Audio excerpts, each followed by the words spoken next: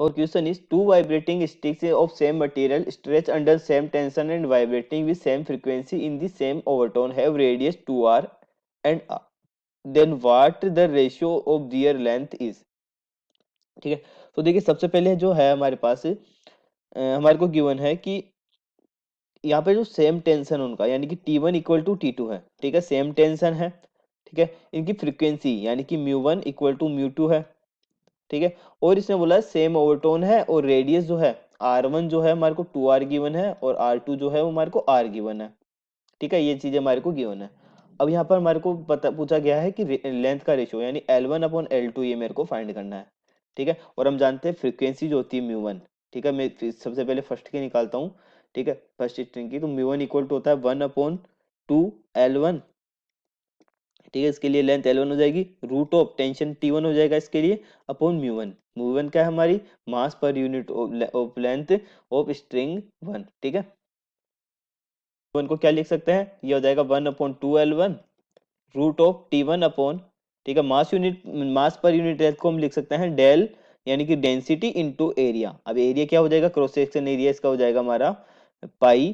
ठीक है, अब देखिए जो हमारा फर्स्ट है इसकी रेडियस 2r है तो 2r का स्क्वायर क्रॉस सेक्शन एरिया से ये मल्टीप्लाई हो जाएगा। ठीक है, तो यहाँ से ये म्यू1 निकल गया। इसी टाइप से म्यू2 भी निकाल लेंगे, तो म्यू2 इक्वल हो जाएगा 1/2L2 root of T2 upon, ठीक है, यहाँ पे हो जाएगा डेंसिटी इंटू पाई। अब इसकी रेडियस कितनी है r, तो r स्क्वायर।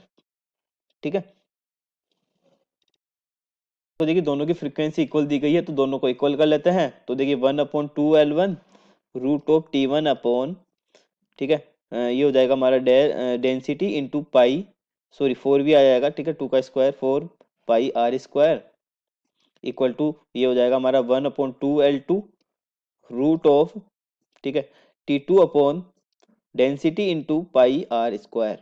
ठीक है, अब यहाँ से हम क्या करते हैं, मैं यहाँ से L1 अपॉन L2 का रेशियो निकालता हूँ, तो L1 upon L2 equal to आ जाता है हमारा रूट ऑफ, ठीक है, देखिए 2 से 2 कैंसिल हो जाएगा तो रूट ऑफ बचेगा हमारा।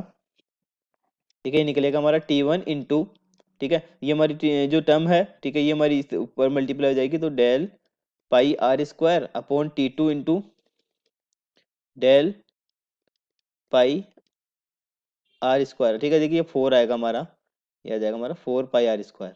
ठीक है, तो पाई r स्क्वायर से पाई r स्क्वायर कैंसिल हो जाएगा, तो ये हमारा T2 से T1 कैंसिल हो जाएगा, दोनों सेम है, डेंसिटी दोनों की सेम है तो 1/4 बचेगा यानी कि रूट ऑफ 1/4। ठीक है, और इसको हम 1/2 भी लिख सकते हैं। तो देखिए कौन से ऑप्शन में है, option number A is right answer. तो रेशियो क्या निकलेगा, लेंथ का 1/2।